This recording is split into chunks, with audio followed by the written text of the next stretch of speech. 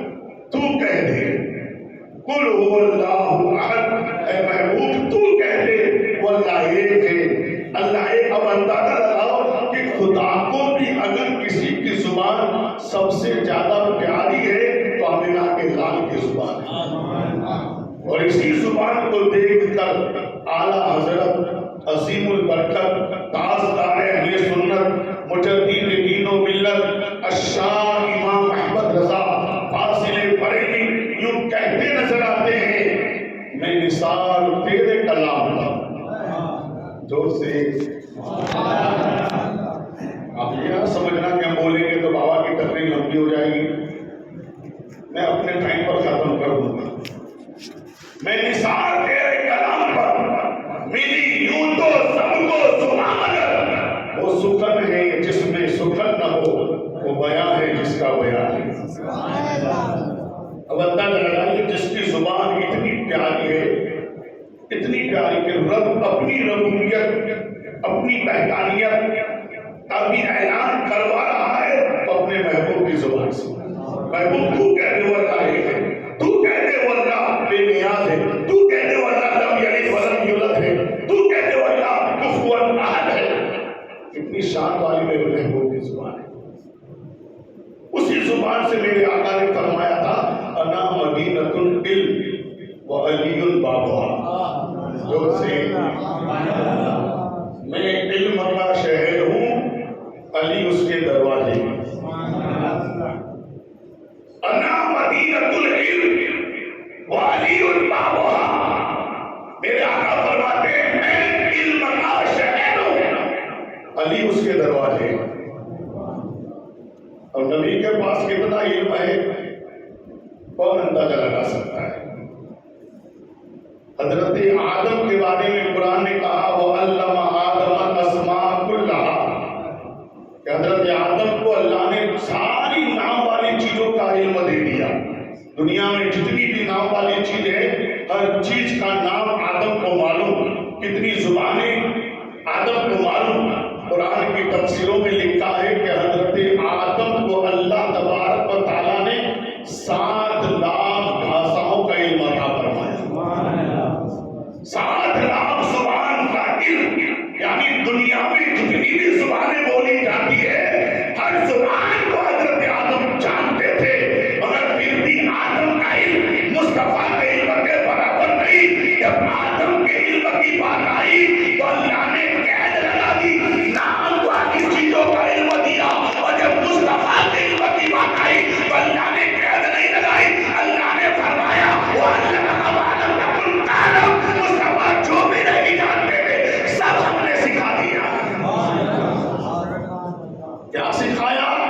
تو قرآن کہتا ہے الرحمن علم القرآن، رحمان وہ ہے جس نے محبوب کو قرآن سکھایا۔ اب قرآن نے کیا ہے تو قرآن خود فرماتا ہے تبیانا لکل شیء، قرآن میں ہر چیز کا کھلا ہوا بیان ہے۔ کائنات جب سے بنی ہے اور جب تک رہے گی ہر چیز کا علم اللہ نے قرآن میں رکھا ہے۔ اور میرے آقا اسی قرآن کے بارے میں فرماتے ہیں کہ جتنا علم توریت میں، زبور میں، انجیل میں،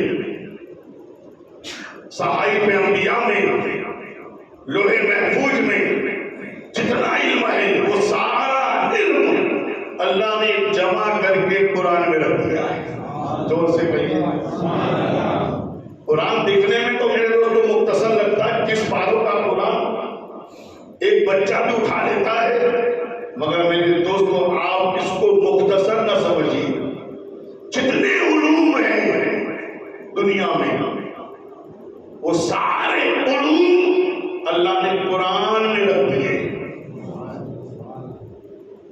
پھر بھی خدا تو علیم و خبیر ہے، اللہ سب جانتا ہے کہ میرے بندے سب تو قرآن پڑھیں گے نہیں، کوئی پڑھے گا وہ بھی خالی رمضان شریف ہے۔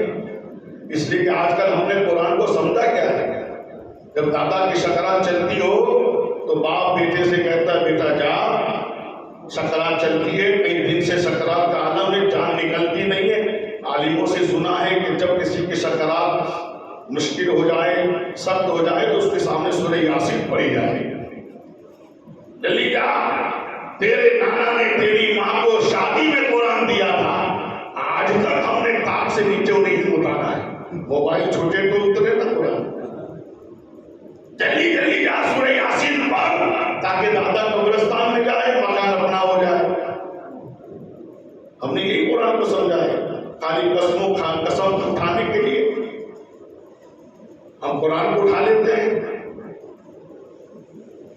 حالانکہ قرآن کیا ہے یہ آپ سے مسلمانوں سے نہ پوچھو، کربلا والوں سے پوچھو، کربلا والوں سے پوچھو قرآن کا۔ یہی قرآن کی عظمت کو بچانے کے لیے فاطمہ کے لال علی کے دلاروں نے اپنا سب کچھ لٹا کر قرآن کی عظمت کو بچایا ہے۔ تبھی تو کہنے والے نے کہا نہ گھبراؤ مسلمانوں، خدا کی شان باقی ہے، ابھی اسلام زندہ ہے، ابھی قرآن باقی ہے۔ یہ دشمن کیا سمجھتے ہیں جو اپنے دل میں ہنستے ہیں، ابھی تو کربلا کا آخری میدان باقی ہے۔ اللہ سب جانتا تھا کہ سب قرآن پڑھیں گے کہ نہیں پڑھیں گے۔ آج بہت سارے ہیں، کتنے سارے زیارت میں آئے تھے نا یہ سارے ثواب کے لیے، میں پوچھوں گا کتنوں نے پڑھا بتاؤ؟ شاید چند لوگ ہوں گے جس نے قرآن کی تلاوت کی ہوگی۔ اللہ سب جانتا ہے، سب نہیں پڑھیں گے۔ اللہ تعالیٰ نے کرم فرمایا، جتنا علم دنیا میں تھا قرآن میں تھا وہ سب جمع کر کے سورہ یاسین میں رکھ دیا۔ سورہ یاسین میں ہر علم کو اللہ نے رکھا ہے، مگر اللہ یہ بھی جانتا تھا کہ سب سورہ یاسین بھی نہیں پڑھیں گے۔ پھر اللہ نے کرم کیا، سب جمع کر کے آیت الکرسی میں رکھ دیا۔ مگر اللہ تعالیٰ یہ بھی جانتا تھا کہ سب آیت الکرسی والے نہیں ہوں گے۔ کوئی سرپنچ کی کرسی کا دیوانہ ہوگا، کوئی پارلیمنٹ کی کرسی کا دیوانہ ہوگا، کوئی نگر پالیکا کی کرسی کا، اس میں فرصت ملے تو آیت الکرسی پڑھے۔ تو اللہ نے پھر کرم کیا، پھر مہربانی فرمائی، جتنا علم دنیا میں تھا، قرآن میں تھا، سورہ یاسین میں تھا، آیت الکرسی میں تھا، وہ سب جمع کر کے اللہ نے سورہ فاتحہ میں رکھ دیا۔ دور سے مگر اللہ یہ بھی جانتا تھا کہ میرے بندوں میں سب فاتحہ والے نہیں ہوں گے، ہے نا؟ کچھ تو ایسے ہوں گے جو فاتحہ سے کبھی منہ نہیں پھیریں گے۔ بچہ پیدا ہوگا تو فاتحہ، چھٹی ہوگی تو فاتحہ، برسی ہوگی تو فاتحہ، جوان ہوگا تو فاتحہ، شادی کے دن فاتحہ، دلہا بن جائے گا تو فاتحہ، مر جائے گا تو فاتحہ، زیارت میں فاتحہ، چہلم میں فاتحہ، برسی کا فاتحہ، گھر میں فاتحہ، دکان میں فاتحہ، قبرستان میں فاتحہ۔ کچھ تو ایسے ہوں گے، مگر کچھ ہوں گے مر گئے مردود، نہ فاتحہ نہ درود۔ اللہ جانتا تھا سب فاتحہ والے بھی، تو اللہ نے پھر کرم کیا، سب جمع کر کے بسم اللہ میں رکھ دیا۔ مگر اللہ یہ بھی جانتا تھا کہ سب بسم اللہ والے بھی نہیں ہوں گے، سب بسم اللہ والے بھی۔ ہمارے بھائی کے بارے میں ہم نے سنا، آپ کی بات نہیں ہے، بہت سارا کھاتے تھے، 4 آدمی کا 10 آدمی کا اکیلا کھا جاتے تھے۔ میرے سامنے ذکر ہوا کہ فلاں انسان اتنا کھاتا ہے، میں نے کھاتا ہے مگر بسم اللہ نہیں بولتا ہوا،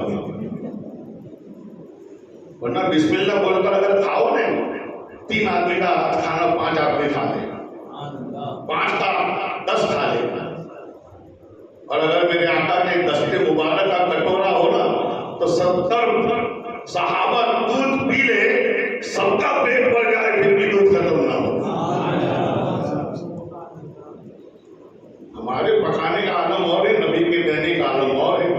سب علم جمع کر کے بسم اللہ میں رکھا، مگر اللہ جانتا سب بسم اللہ والے بھی نہیں ہوں گے، تو اللہ نے سب جمع کیا، بسم اللہ کی بابیں رکھ دیا۔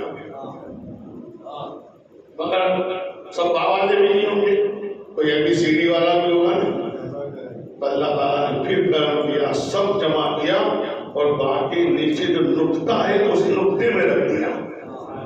اب یہ نقطے کو نقطہ نہ سمجھنا، نبی نے کہا ہے، میں نے نہیں کہا، نبی نے کہا جس کی نظروں سے خدا بھی نہ چھپا، اس نے کہا ہے جس کے بارے میں امام کہتے ہیں اور کوئی غیب کیا تم سے نیا ہو بنا، جب نہ خدا ہی چھپا تم پہ کرو بسم اللہ کے بے کے نقطے میں اللہ نے سب علم کو جمع کر کے رکھ دیا ہے۔ یعنی پورے علوم کو جمع کرو تو قرآن، قرآن کو جمع کرو تو یاسین، یاسین کو جمع کرو تو آیت الکرسی، آیت الکرسی کو جمع کر دو تو فاتحہ، فاتحہ کو جمع کرو تو بسم اللہ، بسم اللہ کو جمع کرو تو بسم اللہ کا با، با کو جمع کر لو تو بے کے نیچے کا نقطہ، نقطے کو پھیلا دو تو با، با کو پھیلا دو تو بسم اللہ، بسم اللہ کو پھیلا دو تو فاتحہ، فاتحہ کو پھیلا دو تو آیت الکرسی، آیت الکرسی کو پھیلا دو تو یاسین، یاسین کو پھیلا دو تو قرآن، اور قرآن کو پھیلا دو تو سارا علم، ہر چیز کا علم قرآن میں۔ آج کوئی اتہاس میں ڈھونڈ رہا ہے، کوئی بھونگول میں ڈھونڈ رہا ہے، کوئی ویگنان میں سائنس میں ڈھونڈ رہا ہے، میں نے کہا جتنا بھی ہے علم دنیا میں وہ سب قرآن میں ہے، سب کو جمع کر کے اللہ نے نقطے میں رکھ دیا، اور علی فرماتے ہیں وہ نقطہ میں ہوں۔ اب اندازہ لگائیے جس کے علم کا یہ عالم، سارا علم علی کے پاس، جب اس علی سے پوچھا گیا،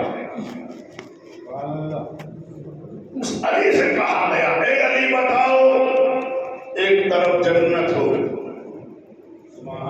اور ایک طرف مسجد ہو، ایک طرف جنت ایک طرف مسجد، اور آپ کو اختیار دیا جائے، آپ کو یہ خبر دیا جائے، آپ کو یہ پاور دیا جائے، آپ جہاں چاہو چلے جاؤ، جنت میں جانے کی بھی چھوٹ، مسجد میں جانے کی بھی چھوٹ، ایک طرف مسجد ایک طرف جنت، علی آپ سے کہا جائے آپ جہاں چاہو جاؤ تو آپ کہاں جاؤ گے؟ جنت میں جانا پسند کرو گے یا مسجد میں جانا پسند کرو گے؟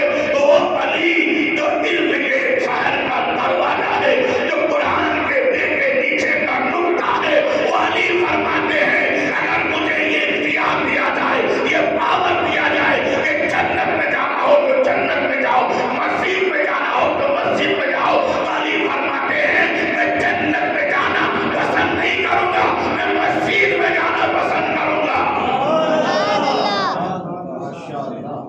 علی کہتے ہیں میں مسجد میں جانا پسند کروں گا۔ اب سوچئے علی کون ہے؟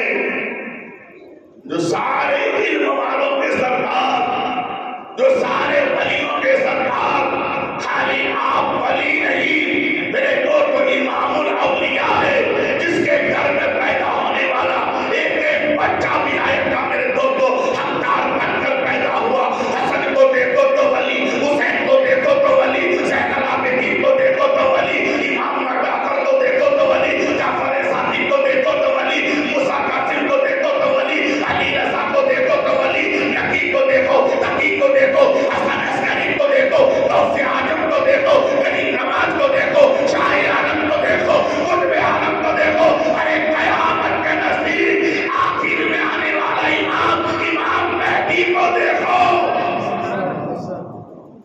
جو اپنے وقت کے بڑے بڑے عالم بھی ہے، بڑے بڑے ولی بھی ہے، اور اسی زمانے کو دیکھ کر امام کہتا ہے تیری نسل پاک میں ہے بچہ بچہ نور کا، تو ہے عین نور تیرا سب کرانا۔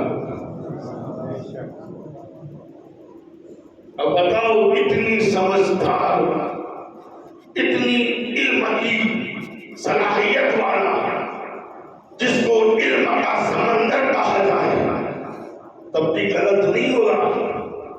وہ علی کہتے ہیں میرے نزدیک جنت میں جانے سے مسجد میں جانا اعلیٰ ہے۔ علی سے پوچھا گیا وجہ کیا ہے؟ وجہ کیا؟ وجہ کیا؟ دلیل کیا؟ کیوں آپ جنت سے زیادہ مسجد کو ترجیح دیتے ہیں، مسجد کو اہمیت دیتے ہیں؟ تو علی کا جواب سنو، علی فرماتے جنت میں جانے سے علی کو خوشی ملتی ہے۔ جنت میں چلے گئے تو ہم کو خوشی ملے گی، ہمارا دل خوش ہوگا، چلو جنت مل گئی، جس کے لیے نماز پڑھی، جس کے لیے روزہ رکھا، جس کے لیے حج کیا، جس کے لیے عبادت کی، جس کے لیے صدقہ و خیرات کیا، چلو بدلے میں جنت مل گئی، میرا دل خوش ہوگا، میری طبیعت خوش ہوگی، علی کو خوشی ہوگی۔ مگر سنو سنو، جنت میں جانے سے علی راضی ہوگا اور مسجد میں جانے سے علی کا خدا راضی ہوگا، اور علی کو اپنی رضا سے زیادہ خدا کی رضا پسند ہے۔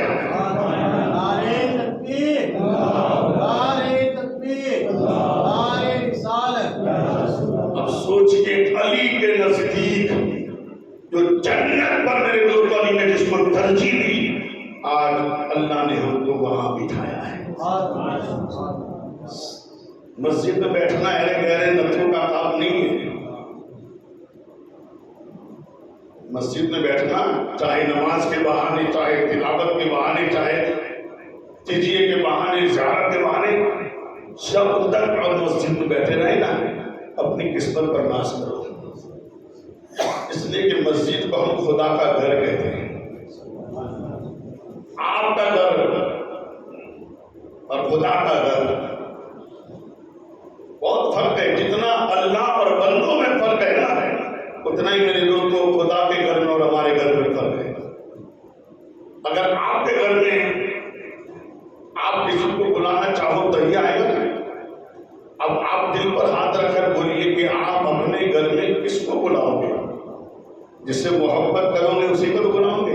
کرو محبت کرو گے نا اسی کو تو اپنے گھر میں بٹھاؤ گے، بلاؤ گے، بٹھاؤ گے۔ اور زیادہ کس کو بٹھاؤ گے؟ جس کو جتنا زیادہ آپ چاہتے ہو۔ عام انسان آ جائے نا گھر میں تو بٹھا تو دو گے، مگر دل میں کب جائے بچہ، کب جائے بچہ، کب جائے بچہ، کب جائے بچہ۔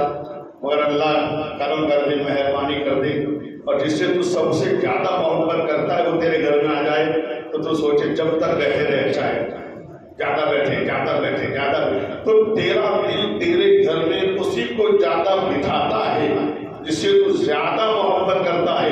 تو اپنے گھر کا مالک ہے، تو اپنے گھر میں اسی کو بلاتا ہے جس سے محبت کرتا ہے اور اس کو زیادہ بٹھاتا ہے جس سے زیادہ محبت کرتا ہے۔ بلا تمثیل سوچو، خدا بھی اپنے گھر میں اسی کو بلاتا ہے جس سے محبت کرتا ہے اور زیادہ اسی کو بٹھاتا ہے جس سے زیادہ محبت کرتا ہے۔ اسی لیے خود کو کر بولا اتنا حد تک دیر سے پہلے خدا خود بندے سے پوچھے بتا تیری رضا کیا ہے۔ کچھ لوگ سمجھتے ہیں کہ ہم تو جمعہ کے دن بھی نہیں جاتے، جمعہ کے دن بھی نہیں جاتے، پاک ٹائم کی دوسری بات جمعہ میں بھی نہیں جاتے۔ وہ اتنا ہی نہیں، وہ روئے اپنی قسمت پر کہ میں کتنا برا ہوں، کتنا بدنصیب ہوں، کتنا گندا ہوں کہ خدا اپنے گھر میں بلاتا نہیں ہے۔ گاؤں کی مسجد میں آنے کی ہمت نہیں، اور جنت کے دعوے کرتا ہے۔ میں نے کہا تیری بنائی جنت میں تو جا نہیں سکتا، تو خدا کی بنائی جنت میں کیسے جائے گا؟ مسجد کو بھی میرے نبی نے جنت کہا ہے،